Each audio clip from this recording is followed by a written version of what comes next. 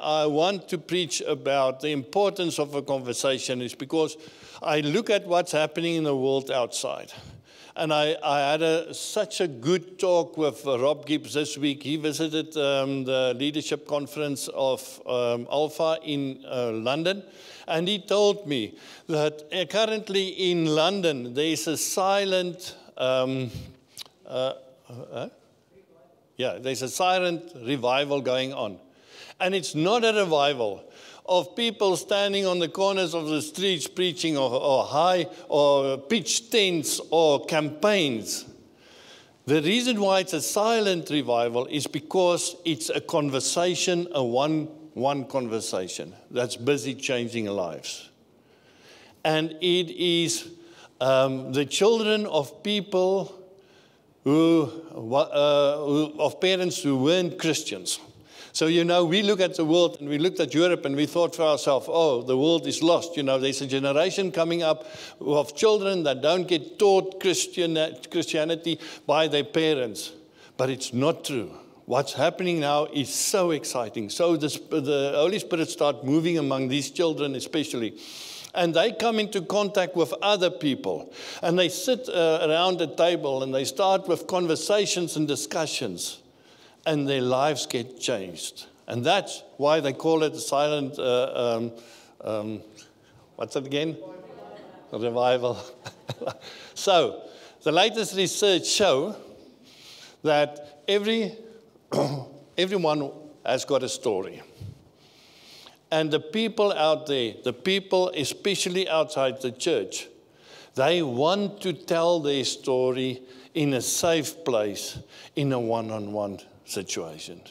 And therefore, we as a church has to now start positioning ourselves in that role of handling a conversation, a one-on-one conversation, a spirit-filled conversation, because that is going to change the town. Now, the nice thing about it is that we don't have to go, as I said to you, stand on a street corner and go, or wait for a campaign, or wait for people like Reinhard Bonke and them, those type of people, evangelists, to come in the town, to change the town. No, we're going to change the town. And we're going to change the town around a table with a conversation. So every one of us automatically now become an evangelist. There was a revival that started in Sychar because of one conversation that he had with this woman. And the most unlikely person to have that conversation with. And it made Jesus to stay 2 days longer there in that town to respond to all the people that came to him. So, why was this such an important and powerful conversation? It's because Jesus showed us how a conversation should look like. And the 4 pillars for a conversation is, first of all, love. He showed it there. The second one was patience. The third one was discernment. And the last one was humility.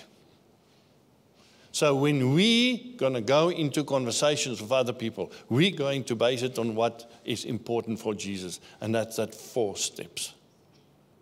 So what happens then is Jesus sat there, he waited for her, and he asked her a question. He said the initial response was, the initial question was, can I have a drink of your water? And then from there on, it was a question-answer session. And what Jesus did during that time, he just took her deeper into her spiritual situation by asking questions and questions, that she get to the stage at the end where she then see what he saw, and she saw herself, and she realized that this is Jesus.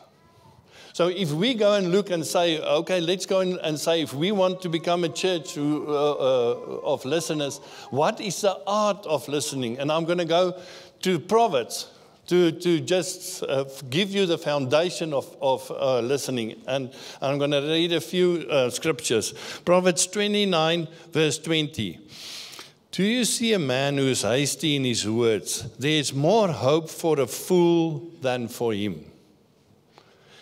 Proverbs 17, verse 28. Even a fool who keeps silent is considered wise. When he closes his lips, he is deemed intelligent. Proverbs 15, verse 1. A soft answer turns away wrath, but a harsh word stirs up anger. Proverbs 17, verse 27. Whoever restrains his words has knowledge, and he who has a cool spirit is a man of understanding. Proverbs 21, verse 23, whoever keeps his mouth and his tongue keeps himself out of trouble. Proverbs 18, verse 2, a fool takes no pleasure in understanding, but only in expressing his opinion. Proverbs 18, verse 13, if one gives an answer before he hears, it's folly and shame. James 1, verse 26. If anyone thinks he is religious and does not bridle his tongue but deceives his heart, this person's religious is worthless. And then one verse just that combines or summarizes all these verses is James 1, verse 26. If anyone thinks he is religious, James 1, verse 19. Know this, my beloved brother. Let every person be quick to hear, slow to speak, slow to anger. If we go and look at Proverbs, and we're going to look and say, what's about the foundation of a powerful conversation? And we go and look here.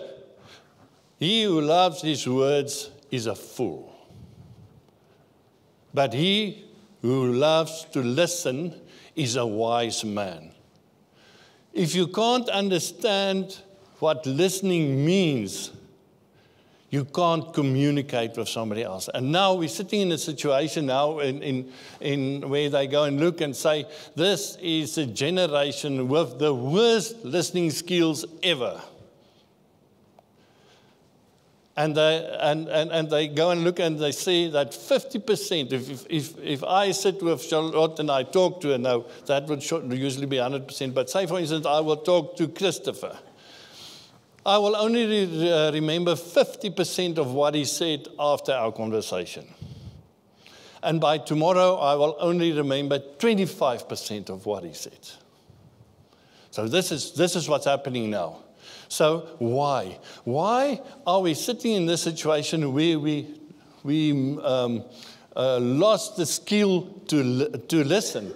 And if we can't listen, we can't communicate. So there's a few reasons, but the most important ones is it starts at home. We teach our children to express an opinion.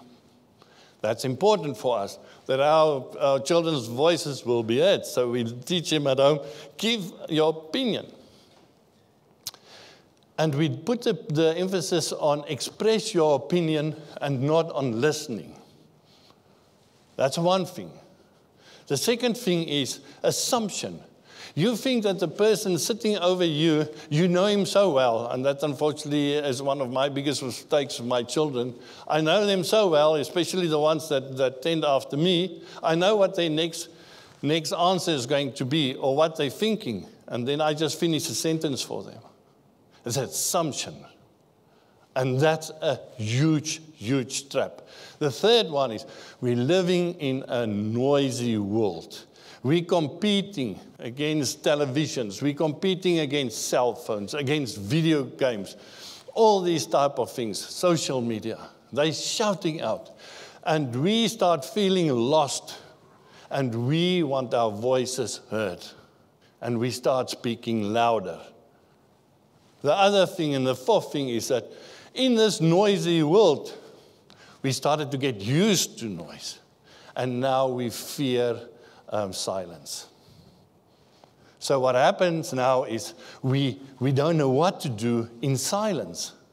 We don't enjoy silence anymore. And we want to get that silence out of our way as quickly as possible, and we talk nonsense. We have to start embracing silence. Then the next one is, especially in our generation, we are fixers. We fix things. You come to us, you want to tell us your story, and we start fixing you after sentence number 3. That's a bad characteristic, and that is one of my bad points. Because it comes out of my work. I have to fix you in 15 minutes, 30 patients a day. I get 5 minutes to listen to you, 5 minutes to examine you, 5 minutes to write your prescription and tell you what's wrong. So after sentence 2, I already make a decision of what you're saying to me. Then the other thing is we are busy. We are so busy every day. Financial pressure, mother and father work. We come to home in the evening and we're tired. We are exhausted and we go and sit in front of the TV. We just go and sit there. And we don't listen to what's going on in our homes anymore. Multitasking. Multitasking is about quantity and not quality. So in multitasking, this is our world. This is what we're currently doing. I will fit a conversation in with you while I'm busy thinking about all other important things around me. So the natural tendency for us, the human nature, inclines towards self-expression and immediate response. So why do I put such a lot of emphasis on poor listening skills that we have to go and correct it? Because of the family of poor listening skills. It's part of a bad family. It's part like the mafia. You don't want to go and do business with this family. Because poor listening skills brother is a drug dealer on the corner of the street. And his name is misunderstanding. And his brother is sitting in jail. And his name is offense. And his brother is sitting on death row. And his name is division.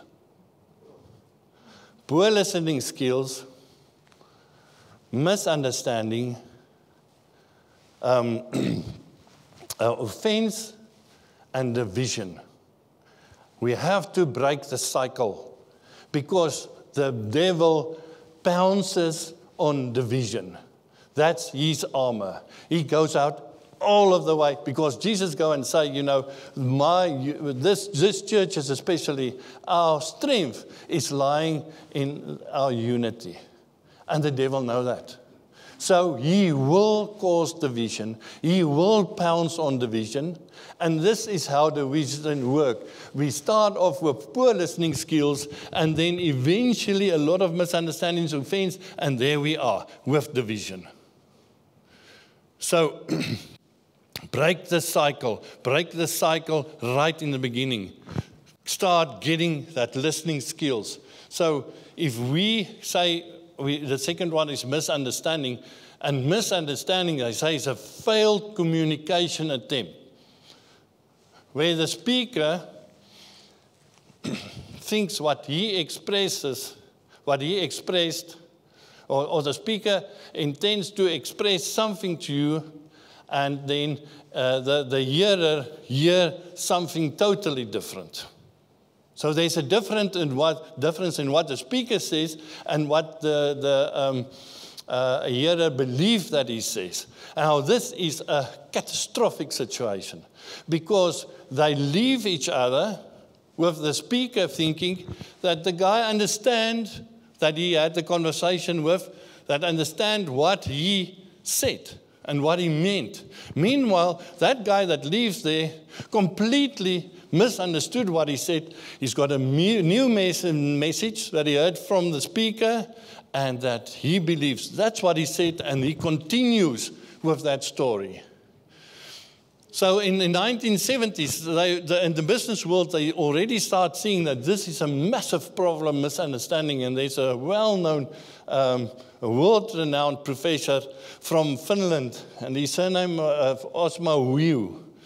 And he then said, well, I can see that there's a lot of problems coming in the world on misunderstanding, but especially where it's more important was in the business world and among his students. And then he came up with 7 laws. And I'm just going to share the first 3 laws with you. And the first one is, communication always fails except by accident. The second one, if a message can be interpreted in different ways, it will be interpreted in the way that can cause the most damage. The third thing is, there will always be someone who knows better than you what you meant with your message. So he came out with these seven points, his 7 laws of communication. And he said that before you go into a business meeting, you have to listen to the 7 or read the 7 laws that I give you, that you don't get a miscommunication or a misunderstanding. Because that is what happens in human nature. Now then, the other thing is that he came up with this common ground fallacy that says, when I talk to Hannes, and I see Hannes as a fellow CU member, that he thinks the same as I'm thinking, so I'm sharing with him with the background that I'm thinking, and I leave him thinking that he thinks the same as I did. And we call it common ground fallacy. And that's the one where they say, you have to be so careful to make that assumption that when I talk to him, and because we're Christians, we come from the same church, I just don't have to really concentrate on my words because he will understand what I say. Big problem. That's a problem that happens in the church, especially in the church. The common ground fallacy. And then I want to show you a video. And you think, this can't be such a big a problem, you know. When I talk to him and I say something for him, well, we can maybe miss each other, but it's not too bad. Isn't this incredibly scary? That we start off with that is embarrassing, and that's the right word. And we got 6 different chants that we heard, from Pirates or Lobsters in Motion, all down the line. And nothing changed except a third person stood there and he said to me, can't it be that? And suddenly my brain switched completely over and I hear what he's saying. But it's not what the original message was. So, why does this happen? And this is where it's so important in hearing and listening. The difference between hearing and listening, first of all, if we go and look at how the physiology of sound works like. So I stand here, sound waves enter my ear, it goes through the eardrum, it vibrates the eardrum. That vibrates the small little bones in the ear. It goes into the inner ear to the cochlea, it vibrates there. And then the sound wave are changed to an electrical wave, electrical potential. And the electrical potential are then taken back to the hearing center. This is how it works. Incredibly intricate, but this is how Jesus made us. And you know, if you go into the eye and you go into the ear, you just stand there back and say, how the heck can people believe in, what's the word again? Evolution. It's impossible. It's impossible if you go and look at that. So the difference between hearing and listening, and this is what's happening here. Hearing is a passive process. So I will sit there, and it's a perception of sound that I hear, the perception of the sound wave. And then the other thing about it is that it's involuntary. So you will sit there, and you will hear the sounds. You can't block it out because, you know, that sound's coming through. And the practical side from that is, it's just the interpretation, a basic understanding of sound. So give you an example. So I can work here, and I can listen in the radio in the background. I can hear the sound, and I'm not concentrating on the sound, so I'm cutting it out of my head, and then with that, I don't have any understanding of what's going on. But the difference is when, as soon as we start listening is an active process where you have to focus on attention and effort. It's intentional. You choose to listen. And then the third one is you are involved. There's a comprehension and an interpretation, and there's usually a response. So you have to choose before you go into a conversation with somebody else. Am I going to hear this person, or am I going to listen to this person? And then if I'm going to hear, it will always be passive, involuntary, no insight. But then, that's unfortunately the natural nature of us. If you're not going to take an active decision and say, I'm going to listen to this person and put effort and attention in to what he's saying, you will not hear, or you will not hear what he is actually saying. So you have to do that. Before we get into a conversation, you have to decide, I'm going to actively listen. I'm not just going to hear, I'm going to listen as well. So the research shows, so when we get to that situation, so I said to you now the importance of listening, the importance of making sure that you don't have a common ground fallacy there. And I'm sitting opposite the person, and I made an active decision. I'm going to listen to you now. So what do you listen to? So when you go into the research and see what they came out with, and this is Albert Meribine, he's a researcher of body language, and he said in a face-to-face conversation, he found that communication is 55% non-verbal, 38% vocal, and 7% words only. This is incredibly important, you know. We think the words that we say, that you're going to hear 90% of that, it only counts 7%. 7% of what's getting to the other person. And the important thing is 55% nonverbal, 38% the tone of your voice. The research has showed that if people are more attracted to people that look them in the eyes when they're talking and when they smile. So, Josh, if you want a girl and you want her to become attracted to you, you look her in the eyes and smile. So, and that counts a heck of a lot, you know. So, the other 40, we also know that 40% of your attitude is conveyed in the tone of your voice. So, I listen to what Christopher is saying, and I can immediately, my brain makes the decision. 40% of that whole decision comes from the tone of his voice. I decide if he's arrogant or not. But then, if we go and look and say, right, I'm sitting in front of this person. I'm going to have this conversation. I'm going to have a life-changing conversation with this person, a spiritual-filled conversation. So what do my brain look out for? But more important, what does the person opposite me see? What is the important things that makes him to hear what I'm saying, makes him to listen to what I'm saying? And that, the first thing is past history. So I'm sitting in front of you. I'm going to have a conversation with you, Leonard. And past history has got the biggest influence in what I'm going to hear of you. And past history is influenced by gossiping. Let me tell you now, it is so important that when I sit and I talk to you and somebody else gossip about you, the most important thing that I pull into this conversation, I draw into this conversation, is what the previous person or the other person told me about you. And I don't go in objectively, I'm going in subjectively. I've already got that in my mind, that this and this and this is the eyes that I perceive you. And how many times have we gone into a situation where we heard somebody else say something about a person, we go and talk to that person, we come back and say, it's completely different than what I expected.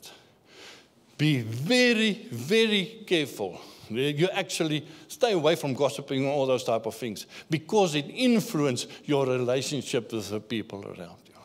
That's the biggest influence. Then your brain goes on. So he's sitting opposite you. He's looking, first of all, at our past history and then at our facial expression and body language, movement, our posture, our gesture, the space between us, the facial expression, and the eye contact. And all these things that I say to you now. So what the brain look and say, I look at these facial expression, tone of your voice, distance, past history. And in a second or two, the brain makes the best guess of what you're saying. So the brain don't listen and say, your words, I listen to your words, I understand what you're saying. Words is 7%. 93% come from what I experience around you. And then the brain makes the best guess. It's not an exact thing. He makes a guess.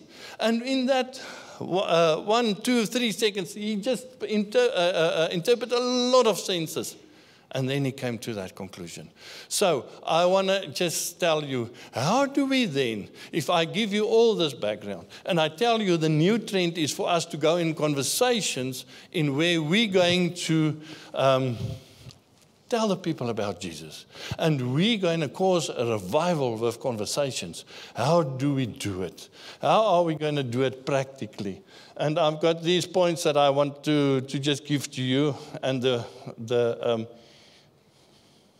Paul Tisch said that the first duty of listening is to love.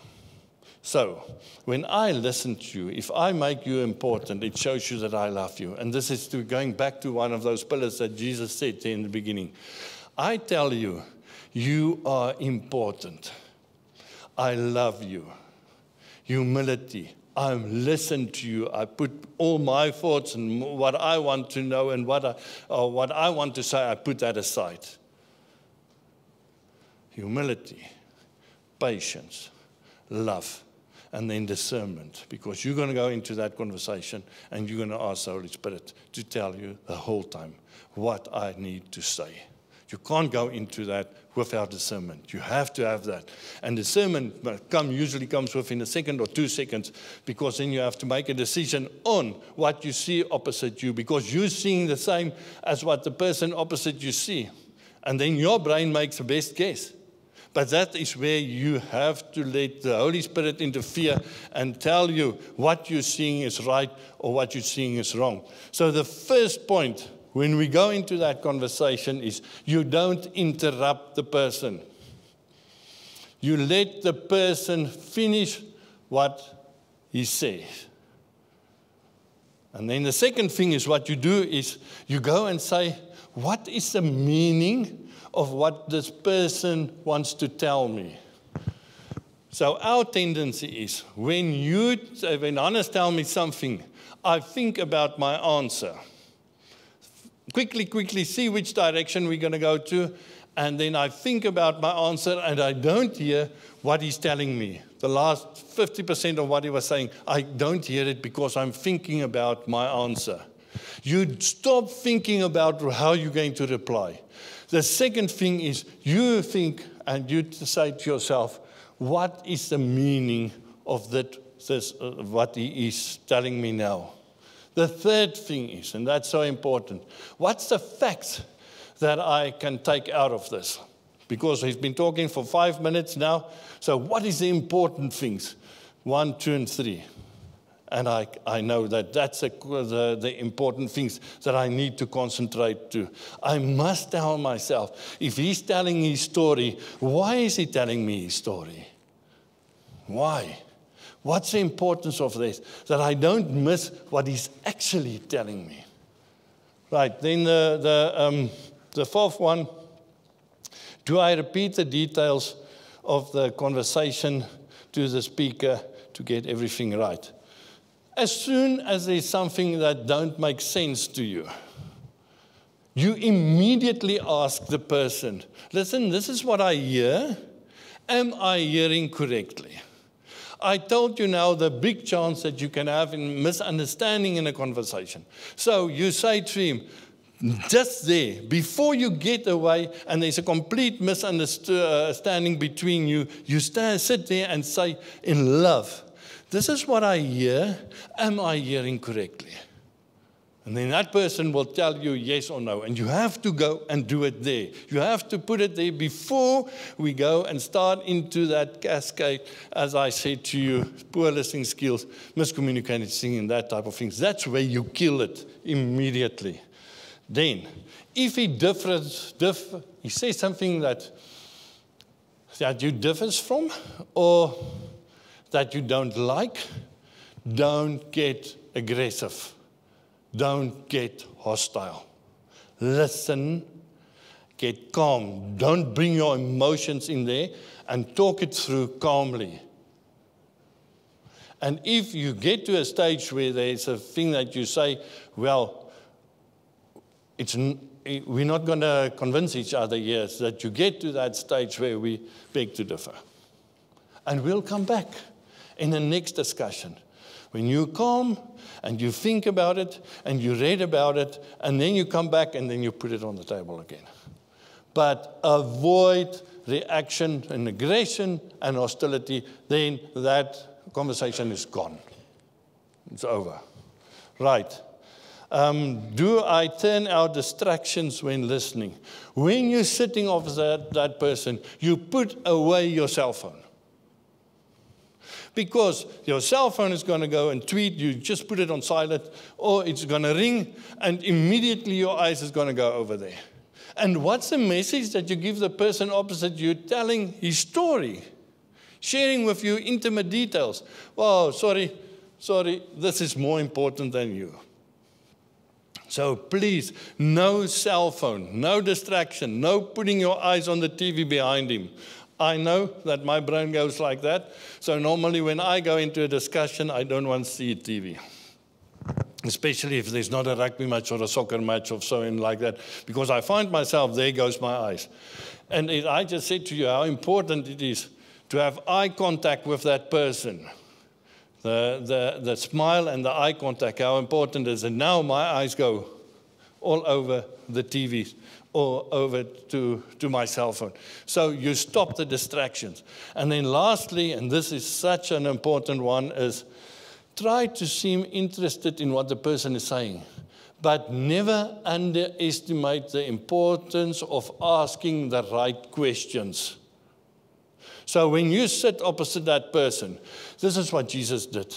He asked a question, and then he answered her question, and he asked her, and this is how it started. It started off with a normal request. Can I have a sip of your water?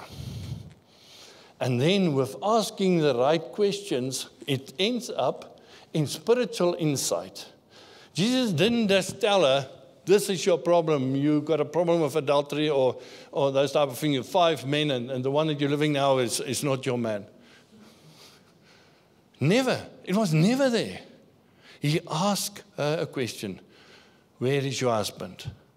And then she answered it. And then from there on it went deeper. So the importance of questions, asking the correct question in taking the discussion or the conversation to that deeper spiritual level, where we now can get the person opposite us to get insight in their own condition without us pointing it out and let them feel like we're judging them. Because that's the last thing that you would do. These are the 7 things, and I just want to end off with them again. And I say to you, when you sit opposite the person, you don't interrupt. The second thing is you ask, what's the meaning? What's the meaning that of what he's saying to me? What's the important things? Third one. Don't interrupt the person. Don't get hostile when he differs from you. Ask questions. Take it back from a normal, everyday, just superficial discussion to deeper through with questions. And then take out anything that can possibly distract you. When we get to this, when we're going to sit in that conversation and we're going to have this conversation, then you start bringing in the fishing rod that Bernie talked about. But you can't come in there and just go in and then just start saying this and this and this and this, whatever, this is wrong in your life or whatever that, or I see this. No. At that moment, the first thing or the most important thing is that person wants you to hear their story. They're going to tell their story to you in a safe environment on a one-to-one person. And you have to be ready with what I'm telling you now. So that window, when that door goes open, and you know sometimes the door just go open just a little bit, and they let you in, you really respect them for letting you in. And then you stick to these points that I'm saying to you. So Jesus stood there, or he sat there, and he talked to a Samaritan woman, the most unlikely person to have a talk to. But it led to a revival in a city, one conversation. Holy Spirit's going to show you people to talk to. Let me tell you now, he's going to show you this week who you have to go and talk to.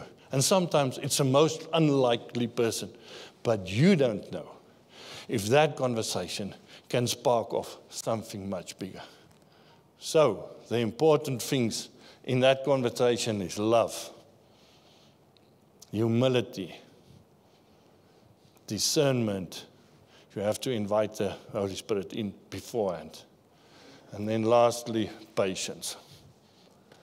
And then you will see what will happen, because then God will come through. And from there on, maybe it can be that a normal conversation can eventually lead to a revival.